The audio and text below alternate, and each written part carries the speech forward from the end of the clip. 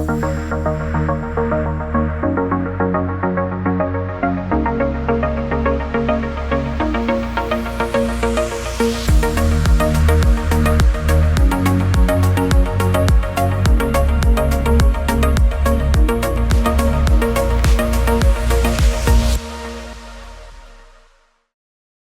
everyone. This morning, thank you for everyone for being here. We're talking about Canada's transition to a greener economy. Today I have with me Jimmy Jean from Desjardins, chief economist there. Of course, this is a massive topic and one probably we could be talking about for hours, but let's get right into it.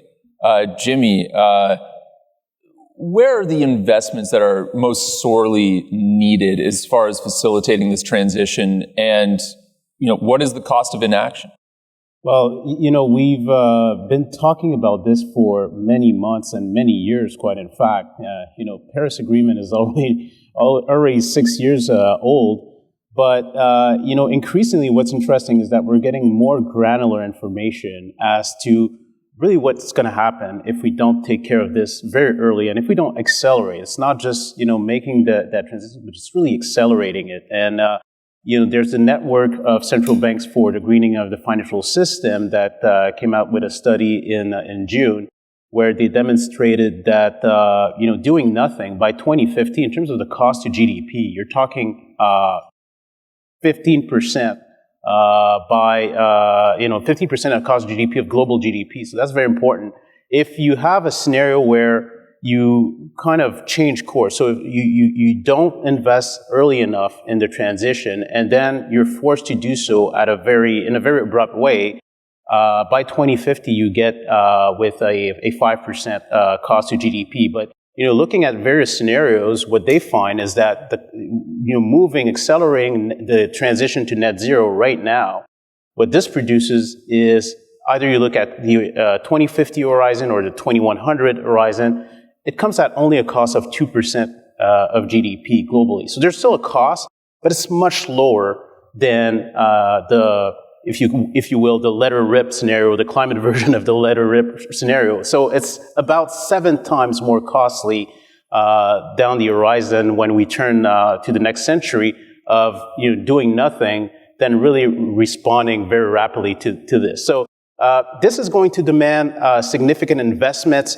Here in Canada, there's the Institute for Sustainable Finance at the University of Queen's that has come up with a $201 billion estimate in terms of the investments that will be needed if we want to achieve our interim targets for 2030, which is, as we know, to reduce carbon emissions by 40 to 45%. So we're talking major investments in 3 things that account for 73% of our greenhouse gas emissions. You're talking energy production, you're talking transportation, and you're talking buildings. So when we talk about energy production, we're talking a lot about carbon capture, utilization, and storage. There has been some proposal coming out of the energy sector, but there are discussions. It's going to be a thorny issue. It's going to be a difficult conversation as to how much money we need to put into this because the technology is very expensive. There's also the electrifying our transportation, public transportation. Building those electric vehicle charging stations, but also changing the grid. When you take, for example, Alberta.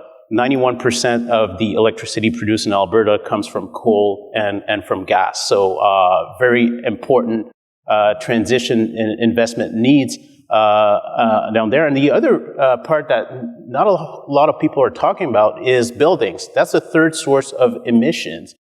We do a good job of building new constructions that are very energy efficient, but the older buildings, the buildings such as the one we're in now, there's going to be massive needs in terms of investment to retrofit these buildings to make them more energy efficient. And one interesting example has been the retrofit of the Empire State Building in New York. So they've been able to reduce emissions by 40% with technologies such as, they've replaced the windows with state-of-the-art isolated windows. But what's interesting is when you think about some of the technologies you see elsewhere, for example, in electric vehicles. So the technologies to recover the energy from braking. Well, they introduced that in the elevators in the Empire State Building. So they were able to recover the electricity generated when an elevator brakes to its destination, and they're reusing that to supply the building with electricity, reducing its need for external electricity. So that's very interesting examples of technologies that can be applied in various applications. But that happens when you speed up that transition, when you create that ecosystem of vibrant technologies that can have a broad set of applications. Mm-hmm. And as far as speeding up a transition, I think one thing that some people have anxiety about right now is some of the energy inflation that we're seeing. Anyone who's filled up a gas tank recently or seen their heating bill, we've seen power outages in other countries, countries that are pulling back on their exports of energy products. So there's this, a form of nationalism that's coming into this. How do you facilitate a green transition while not punishing consumers in the process? Well, that's the big issue, and you've seen that that concern arise with the energy crisis we're currently going through in Europe and in Asia, with natural gas prices skyrocketing in the last month. They've come down a little bit, but they're still very high. And when you really think about why this happens in the first place, well, you can really trace it back to decisions made by producers, not yesterday, not last month, but several years ago. In fact, in the wake of the Paris Agreement, not to expand their capacity, especially in terms of LNG, as a result of the uncertainty regarding climate-related regulations. So those decisions not to invest are really what big part of the story where we don't have enough supply today to respond to the demand, and that's leading prices to go higher. So if you think of it, any investment project, it's always a calculation. So it's always what's my reward for the risk that I'm taking. And when you think about this problem and the decisions producers have made in the last few years, it's equivalent of assuming a higher price of carbon. Now, there's been carbon taxes, carbon pricing, but only 20% of greenhouse gas emissions are subject to carbon prices. But, taking into consideration the uncertainty means that, the reward versus risk ratio, which financial professionals know as the Sharpe ratio, they've really reassessed the denominator, so the risk factor. And therefore, they've determined those investments not to be worthwhile, and that's why they've kind of started to pull away or limit their investments. So that's not really a bad thing. If your goal is really to reduce greenhouse gas emissions, you could see that as a positive. It's really the internalization of the cost of carbon, effectively, that's taken place. But you're right, the speed at which this is occurring is a problem, because when you're talking about shortages, and when you're talking about energy, you don't talk about energy the same way you talk about a chair. Energy is a very special good, and in that there's this, global security issues involved, geostrategic issues involved. There's issues when you're talking about food supply, power shortages. So there's a lot of politics and geopolitics at stake. And really, if you're a government and you're looking at this, what you have to really ensure is that this inflation that it creates, which is the increasing cost of transition, that this doesn't fall overly on the shoulders of the ones who are the least able to afford it. So the lower income tranche of the population, and inflation tends to be a very regressive form of taxation. So there's a responsibility for governments to make sure that it can be absorbed, but also to speed up that transition. And that's one of the key arguments some of those who are seeing this positively, they're making, is that, given that we're finally internalizing the price of carbon properly, which we have failed to do up till now, it will really make those renewable alternatives more cost efficient, and therefore speed up the transition, both in production and also in terms of consumption of those renewables. But the speed, I agree, the speed at which this is occurring is preoccupying, and that's why we need to make sure that on the demand side, we're able to rotate. Because when you think about this, you're seeing that price increase is because, the demand is really still captive to high carbon energy sources. That's what it really boils down to. When you think about renewables in Canada, for example, it's only 22% of our energy consumption. In the US, it's only 10%. When you think, for example, about electric vehicles, last year was only 4% of sales in Canada. So there's still a long way before we can say that on the demand side, we're ready to transition. But at the same time, the supply is getting curtailed. And yes, the speed at which this is occurring is creating significant price pressures. Mm-hmm. In your initial answer, you mentioned central banks, and I feel like in the past couple of years, whether it's the Bank of Canada or others, talking a lot more about climate change. There is a shift that is happening there. What sort of role do they play in this discussion? And there are certainly some people who warn about quote unquote mission creep, that perhaps central banks should only be worried about price stability. But what sort of role should they be playing here?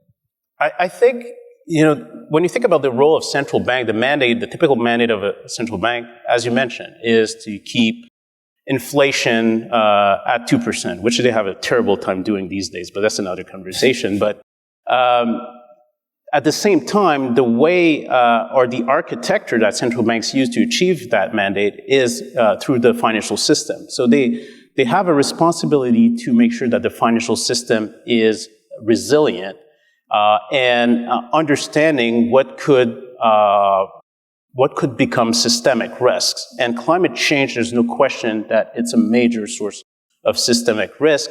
And central banks right now are very busy trying to understand that risk at a very granular level. So, for example, the European Central Bank just in September, they put out some analysis looking at the impact of both physical risks and transition risks on banks in the euro area. And they looked at the three scenarios proposed by the NGFS, the hothouse scenario, the delayed transition, and the rapid transition to net zero, to look at how banks in the euro area were exposed. If there were to be a major natural disaster, which ones would suffer the most, how the contagion channels run, and that could affect the financial system. And at the end of the day, the goal is to make sure that banks not only disclose those risks properly, but also set aside sufficient capital to ensure that they're able to withstand this. So the Bank of Canada is in the same camp, and within a month from now, they should have released their financial system review, where they're going to give a special attention to that. They'll do the same kind of exercise, scenario modeling exercise, to try to tease out, who's the most exposed and what are the exposures if we see a major event, either on the transition side or on the physical side. So when you think about transition and physical risks, and that's really what central banks are very active trying to understand, it's really the two sides of the same coin, right? Transition risk has to do with how you're affecting climate change. So, for example, when you think about oil and gas, they're high emission operations, so they're affecting climate change. Therefore, they're subject to transition risk if regulations get tougher, and if pushed to the extreme, oil and gas gets banned or severely capped. Whereas physical risk relates to how you're affected by climate change. So you can think about any company that operates on coastal areas that are sensitive to risk of floods, risks of sea level rise, weather effects, wildfires, etc. So the central banks have to understand how financial institutions, banks, investors are exposed to companies that have those exposures, and if we had what we call a Minsky moment, where all of a sudden the value of those assets would fall to zero because of regulation or because there's a major climatic event, who would bear those losses, how they would transmit to the financial system, and what would happen to banks and whether banks are sufficiently protected. Here in Canada, this is a vital situation, because when you think about what Canada has been really operating on as a business model for the last several years and decades, it's been really about oil and it's been about housing. Well, if you have, for example, you think about a scenario, and I'm sure in their exercise, they will have run a scenario where you see the value of a bunch of oil companies go down to zero, a bunch of companies go bust, the credit losses and everything that ensues, and then you have a banking system that's not protected enough, and you see banks, going into severe difficulty, a credit crunch. So you have those two pillars of the Canadian economy that could be severely damaged for a long time. So the stakes in Canada are particularly high, given the configuration of our economy in the last few decades. Mm-hmm. One thing I know you're passionate about is this idea of the circular economy. Not everyone might be aware of it. So why don't you tell us about the circular economy and give us some examples of how that is working in the green transition? Absolutely. So that's another thing people don't talk enough about. But the circular economy is really this idea that, climate change is just one dimension of the most fundamental issue, and is our relationship with resources. For the last 250 years, so since the beginning of the industrial era, we've been operating in a model that implicitly assumes that you can extract and you can dispose of products in unlimited fashion. So when you really think about the way we operate, even though we have recycling now, but it's still, by far and large, we still extract like there's no price to it, and we still waste. And that creates the process of doing so, and the energy demands is one of the reasons we have high carbon emissions. It really demands a lot of energy to extract some products. So the circular economy is really about closing the loops. So, reduce waste to a minimum and reduce extraction, therefore, to a minimum. And, when you think about how planet Earth has been operating for the last 4 billion years, it's been precisely that. There's no waste in nature. We're the ones, as humans, coming up with the notion of waste. So we're the ones that need to adapt to planet Earth, and not planet Earth adapting to us. So what's interesting with the circular economy and the principles, and just to give an example, Tesla.